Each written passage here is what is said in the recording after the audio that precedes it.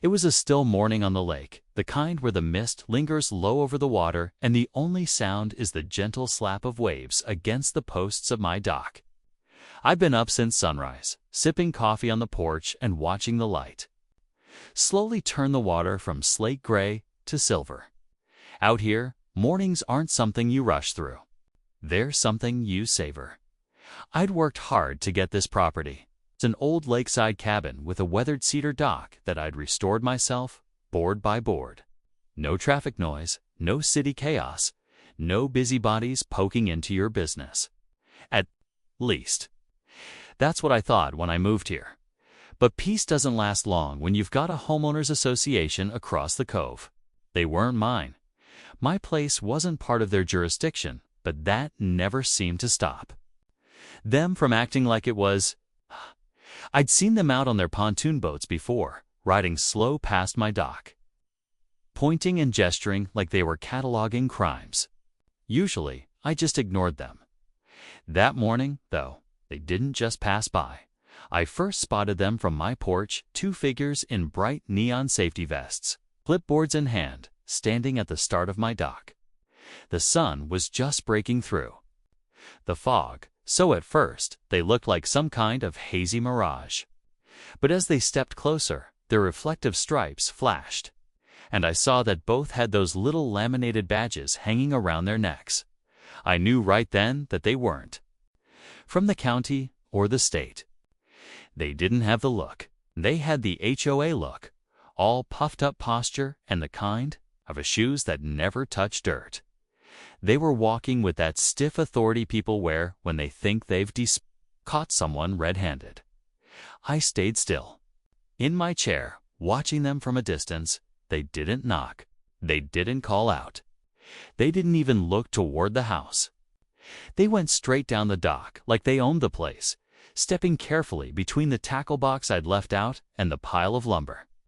I'd been seasoning for a new bench. The taller one started jotting something on a clipboard. The shorter one took out a phone and began snapping photos. My dock, my boat, even my kayak tied to the side. Every click of the camera felt like a mosquito bite, small, but enough to make the blood simmer. The lake had always been my escape from petty nonsense. Out here, the rules were simple. Respect your neighbors, respect the water, mind your own business. But these two were carrying the exact opposite energy. They moved like they were here on some holy mission. Each pen stroke and camera flash a declaration that they had the power to decide what was acceptable on my land. I could feel the stillness of the morning shift. The mist didn't seem as soft anymore. The water, once calm, now had ripples from their movements, small waves hitting the dock like a warning drumbeat. Somewhere in the trees, a crow let out a long, harsh caw, and it felt like even nature knew something was wrong. I'd had my fair share of run-ins with entitled people before, but this was different. This wasn't someone complaining over a fence or griping about the color of my mailbox. This was a silent invasion. Two strangers crossing into my space without permission, moving with the smug certainty that they were untouchable. I stayed put, watching every step they took, memorizing how the taller one kept glancing over the edge of the dock, scribbling like he was tallying violations.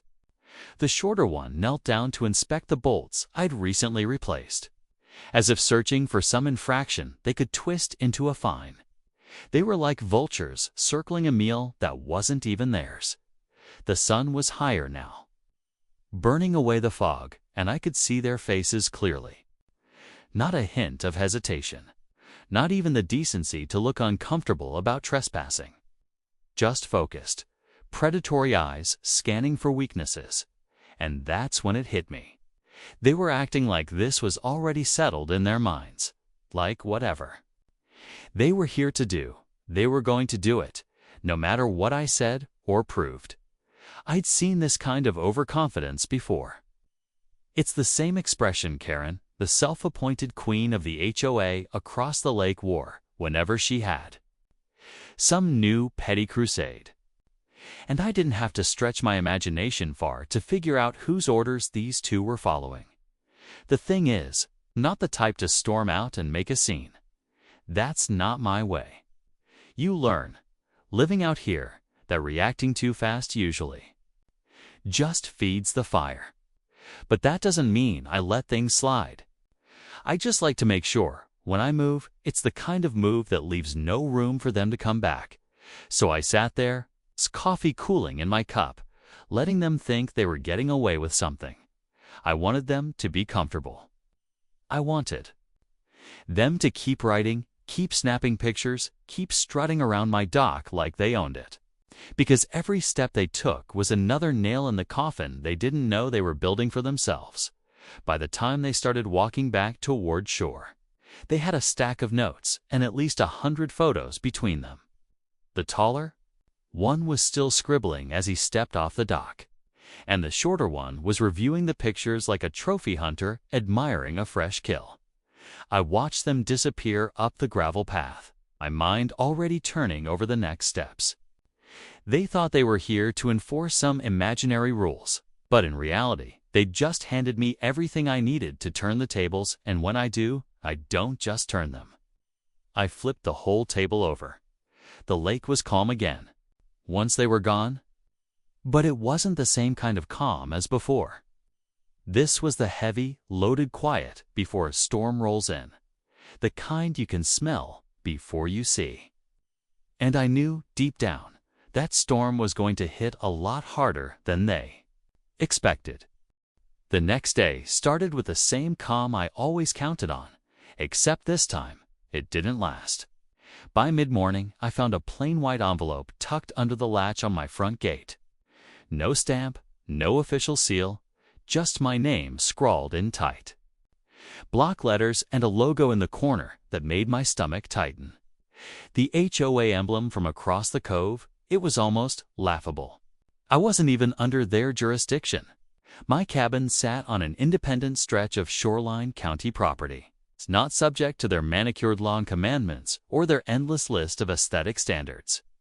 But there it was, in all its self-important glory, stamped like they were the law around here. Inside was a single sheet of paper, printed on cheap office stock. It's filled with the kind of bureaucratic jargon that's designed to sound official while meaning absolutely nothing. It accused me of maintaining unauthorized structures within a shared visual corridor. That was their fancy way of saying they didn't like my dock. They listed violations: the boat lift I'd installed, the cedar bench I'd built, even the kayak rack I'd put together last summer. Each was paired with a proposed fine. And at the bottom, a bold total that would have made a month's mortgage in most parts of the country. The letter ended with a deadline: remove all offending structures within 10 days or face escalating penalties. There was no signature. Just HOA Compliance Committee typed neatly at the bottom like it was an iron seal of authority. Now, I've dealt with pushy people before, but this was different. This wasn't just trespassing. This was an open attempt to assert control where they had none. It wasn't about the dock. It wasn't about the kayak rack. It was about testing how far they could push before someone pushed back. And I knew exactly who was behind it. Karen was the kind of person who believed the lake existed to reflect her idea of perfection. She'd been waging a silent campaign to improve the shoreline for years, which really meant making it look like a magazine spread for people who'd never touched a fishing rod. She hated weathered wood. She hated metal roofs. She hated anything that didn't match the exact brand of pastel. Adirondack chairs she'd ordered in bulk for her own deck.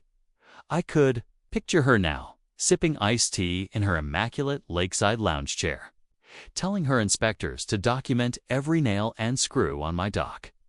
She probably thought this letter was the final word, that I'd crumble under the threat of her HOA's fake fines.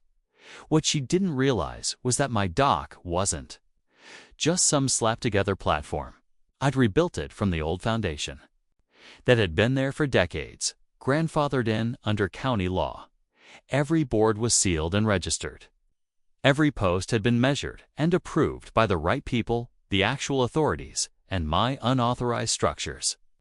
They were about as unauthorized as the sun rising in the morning. Still, I wasn't about to run straight to the county with a complaint.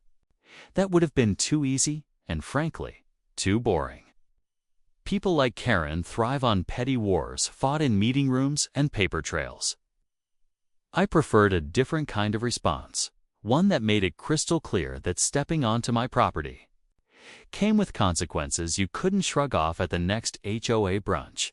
But before the fun could begin, I needed to make sure every detail was in place. I walked down to the dock and looked it over from end to end. The cedar bench, the polished boat lift, the kayak rack, all of it in perfect shape.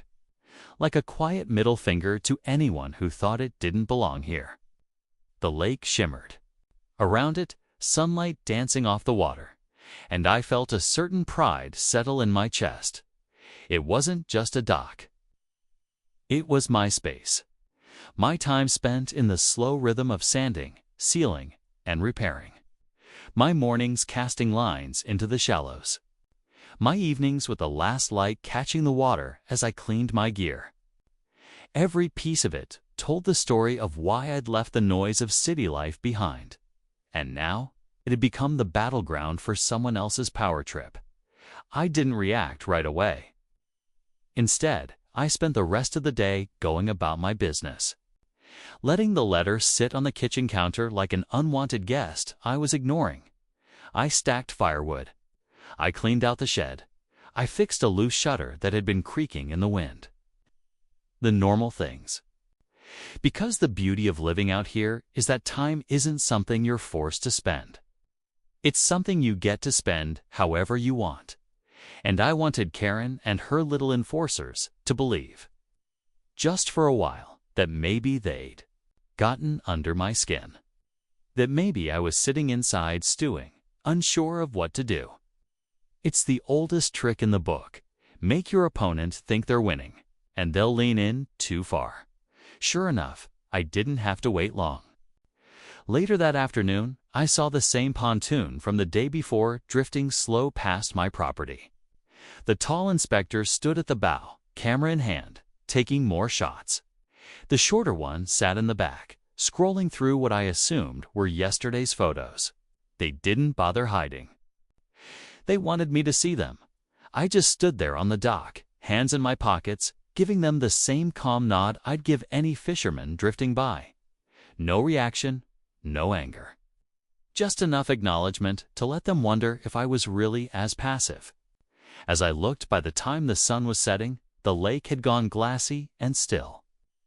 I sat on the porch, watching the colors bleed across the horizon, thinking about how quickly peace can turn into a chess game when the wrong people decide they want control. Karen had made her move. The inspectors had played their part, and now it was my turn to move a piece, just not the one they were expecting. The revenge I had in mind wasn't just going to stop them from coming back. It was going to make sure that the next time Karen so much as thought about my dock, she'd remember exactly how it felt to lose on her own turf. The morning after the pontoon patrol, the lake was unusually quiet. No fishing boats gliding past. No jet skis buzzing in the distance. Just the occasional ripple of a fish breaking the surface and the sound of wind brushing through the pines.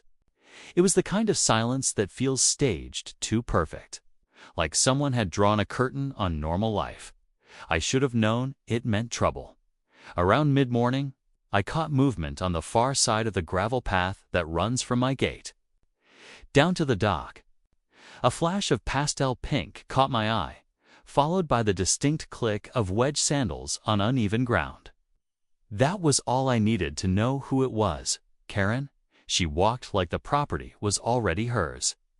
Arms folded, chin tilted slightly higher than natural, the kind of posture people adopt when they're trying to look both casual and dominant. Behind her, trailing like an obedient shadow, was the taller inspector from before, still clutching his clipboard like a badge of honor. They didn't knock, they didn't call out. They just stopped halfway down the path and stood there, scanning the dock as if they were appraising it for auction. I stayed on the porch, leaning against the railing. The same calm stillness I'd worn yesterday wrapped around me like armor. Karen's eyes moved over every inch of the dock, the cedar bench, the polished metal of the boat lift, the neatly arranged kayak rack. Each time her gaze landed on something, her mouth curved in a tiny, knowing smirk.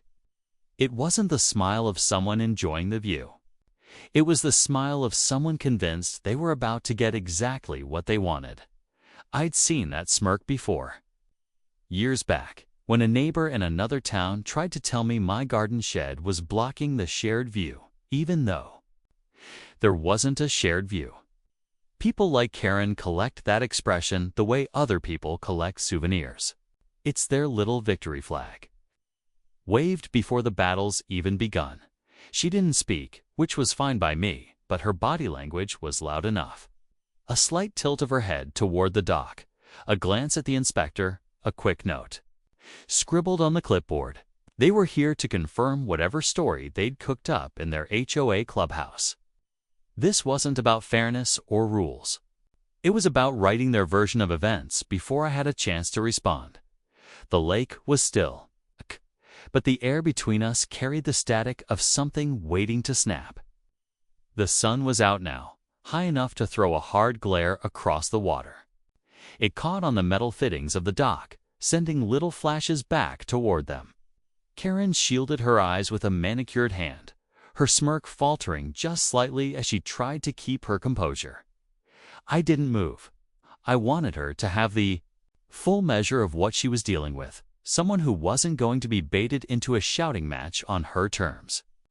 Out here, silence can be louder than words, and I was letting it speak for me. Still, I could feel her measuring the situation.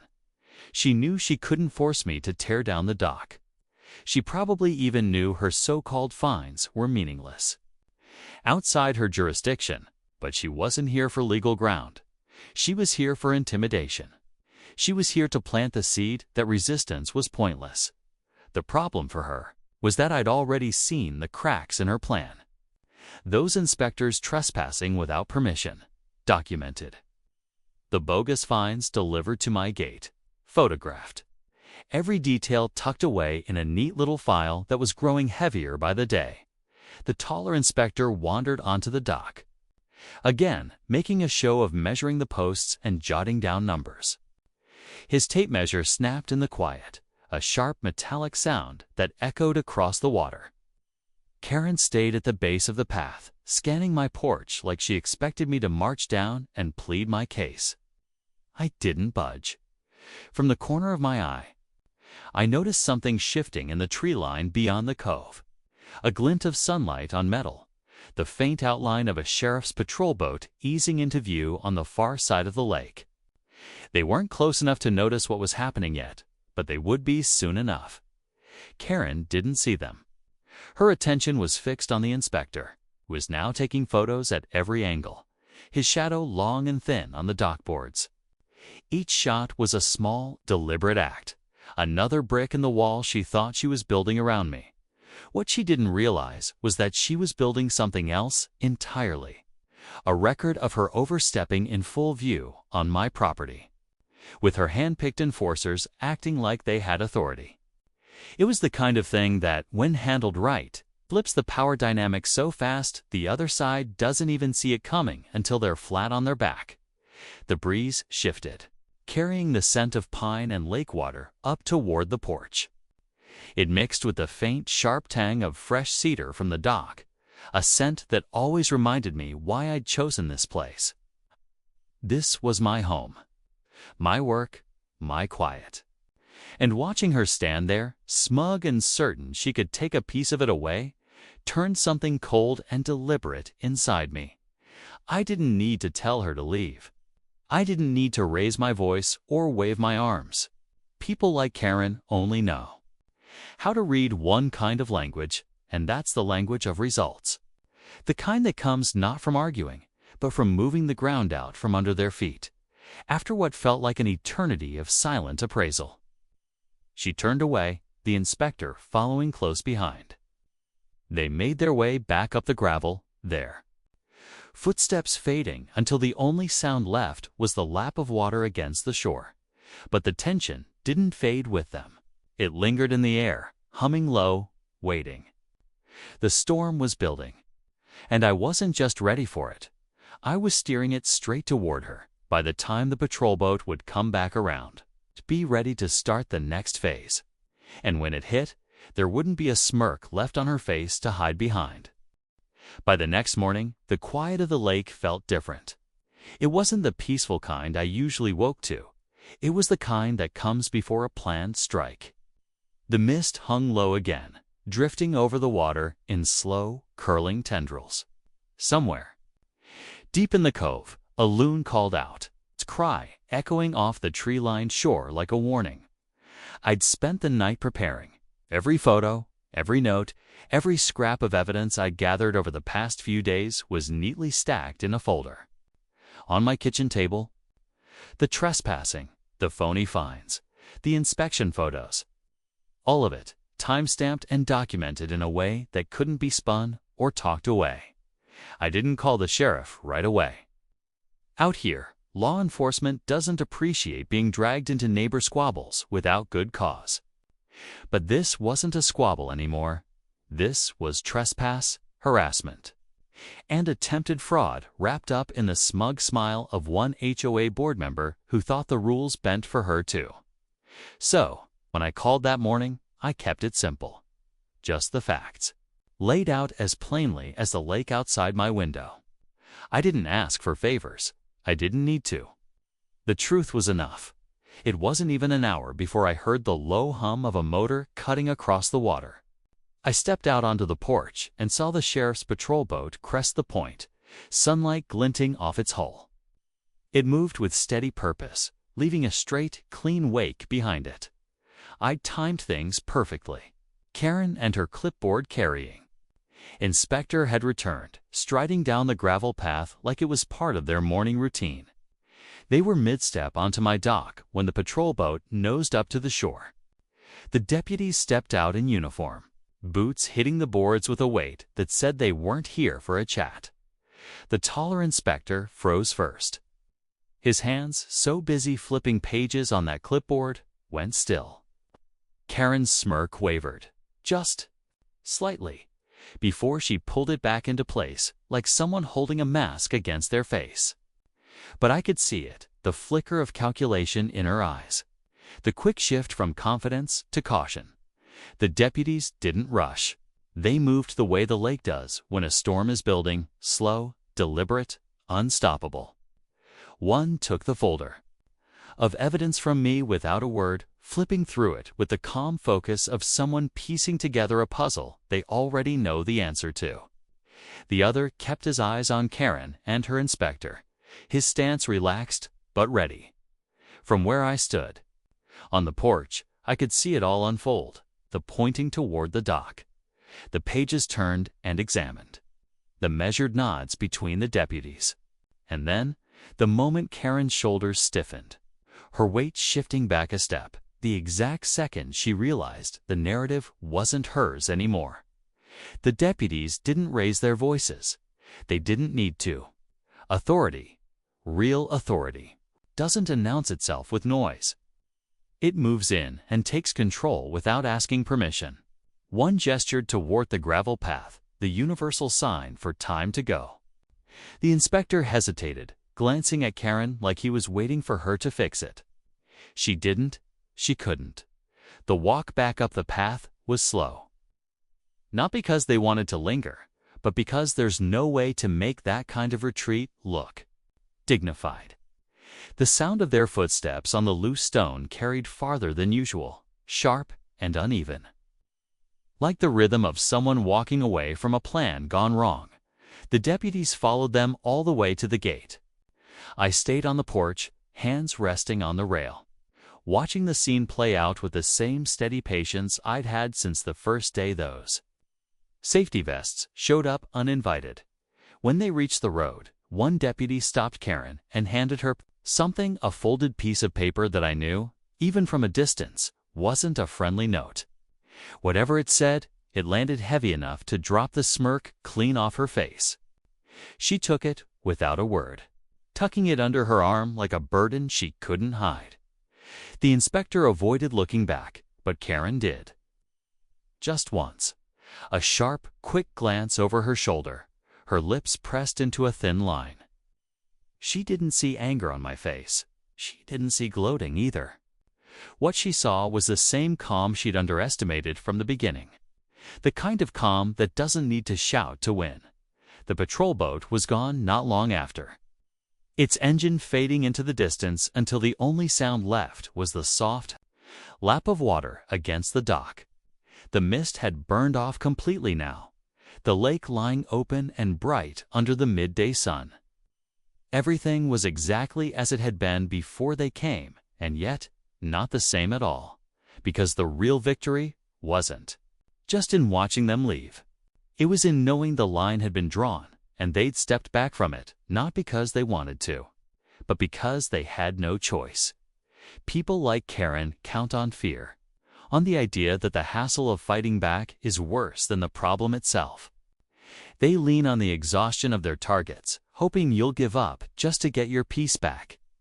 What they never account for is someone who can be patient, someone who will sit in that discomfort and let it build until the moment it turns into action. The dock was mine. The water was mine. The view stretching across the cove to their neatly trimmed lawns was mine. And now, the knowledge that they'd been escorted off my property under the watch of the law. That was mine too, but I wasn't done. Not even close. The sheriff's visit had handled the immediate problem. But I had something else in mind, something that would make sure Karen never forgot the day. She tried to plant her flag on my shore. The lake shimmered under the afternoon light, the ripples catching like liquid glass. I stood at the edge of the dock, looking out across that calm expanse, and felt the first real shift in the air. This wasn't just the end of their little intrusion. This was the start of something they wouldn't see coming until it was far too late to stop. The day after the sheriff escorted them off my property, the lake had that rare kind of stillness that feels earned. Like the water itself was holding its breath in satisfaction. The surface lay smooth as glass, reflecting the bright morning sky in perfect detail. Even the loons were quiet, as if they too were waiting for the next ripple to break. That ripple came, but not from the water. Early that afternoon, my phone buzzed with an update from the county clerk's office. The deputies hadn't just filed a trespass warning. They'd gone the full mile. Karen and her inspector were being formally charged with criminal trespass and harassment. It wasn't just a slap on the wrist. It was the kind of thing that sticks to your name, follows you into every official record, and lingers far longer than any HOA meeting agenda. I didn't rush to spread the news. There was no need. Here, word travels on its own, drifting across the lake the same way fog does in the early morning. By sundown, everyone would know, and by the next HOA gathering, Karen wouldn't be able to step into the clubhouse without feeling eyes on her from every direction.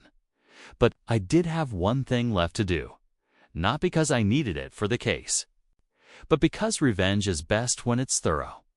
I took the original trespass letter they'd left on my gate and slid it into a frame. Not a fancy one, just a plain, clean border that would keep it preserved.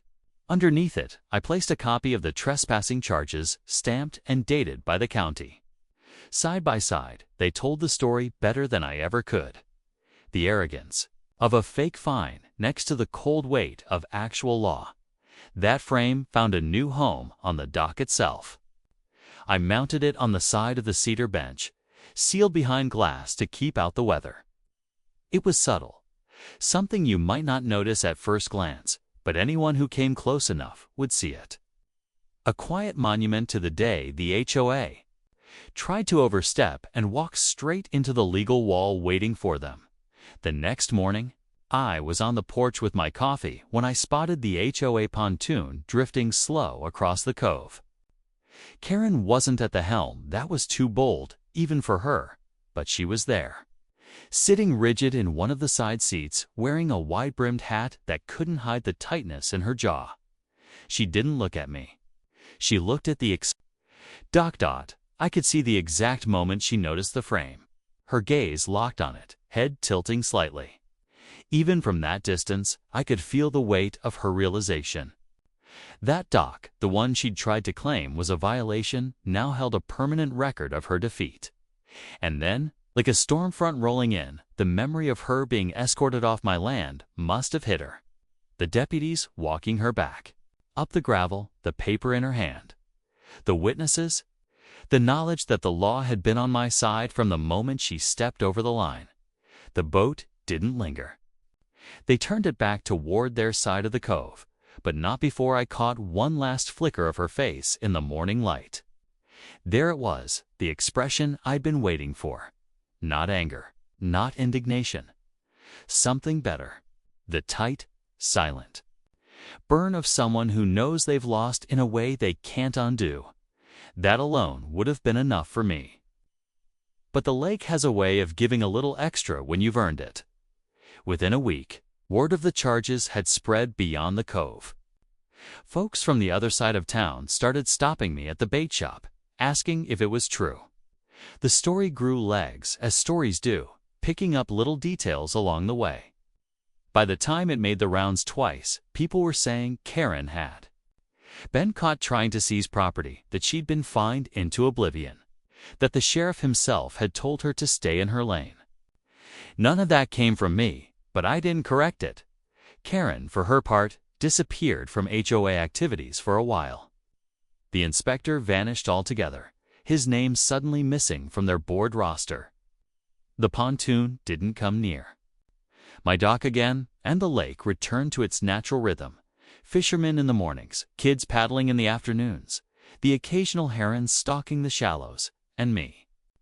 I went back to my quiet. Stock was still there, stronger than ever, the cedar aging into that perfect silvery gray that blends into the shoreline. The boat lift stayed polished, the kayak rack stayed full, and the framed notice and charges stayed right where they were, not as a taunt, but as a reminder that peace is worth protecting, that the lake doesn't belong to the loudest voice or the fanciest house, that sometimes the best revenge isn't a fight in the moment, but a calm, deliberate action that leaves the other person standing in the wreckage of their own choices. The water was glass again that evening, the kind that mirrors the sky so perfectly you can't tell where one ends and the other begins. I sat on the bench, feeling the cool grain of cedar under my palms, listening to the soft lap of the water against the posts. Somewhere across the cove, a door slammed, faint, distant, unimportant. Out here, the lake keeps its own score. And on that scorecard, Karen's smirk was gone for good.